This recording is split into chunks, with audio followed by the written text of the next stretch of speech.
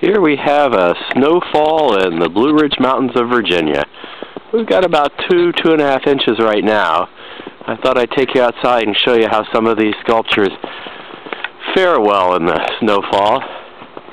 It's really not snow that's going to hurt them, because snow is very, very light. But here's one of the pieces here that I leave out all year round. All of my own pieces I leave out year round. Part of it's for experiment. Part of it's just for the beauty. But it's going to snow about 12 inches today here. This piece has been outside for about 3 years. And you can see it's not too much the worse for wear. But it's very pretty out here in the snowfall, very quiet. You just hear the tinking of the snow on everything. What I would suggest is that if it's going to freeze and refreeze and thaw, and water is going to build up and turn to ice, the ice can be very heavy. So you want to just take a whisk broom or just tap the piece to get it to let all the snow off of it so it doesn't refreeze onto it. Then I think you'll be all right.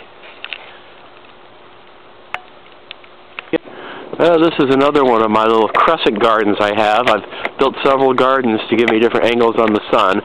You can see that some of the lower panels have been totally covered up by the snow. Again, it doesn't affect them at all. Here's one of my large experimental panels. I call this one Gravity Games. You can see about half of it now. The rest of it's covered up in the snow there.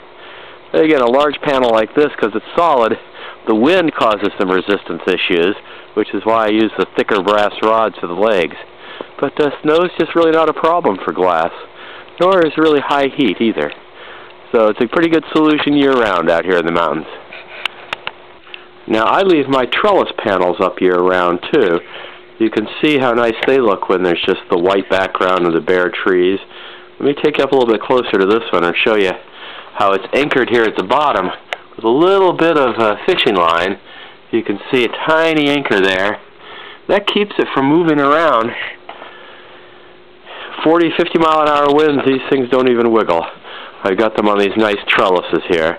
Here's a few more of my experimental panels I have, testing about wind resistance and structural strength. There's a good blog posting on that if you're interested. Well, this was actually the first panel I ever created for the outdoors. I call it Chagall's Angel. It's been out here for many, many years now. Seems to be doing fine.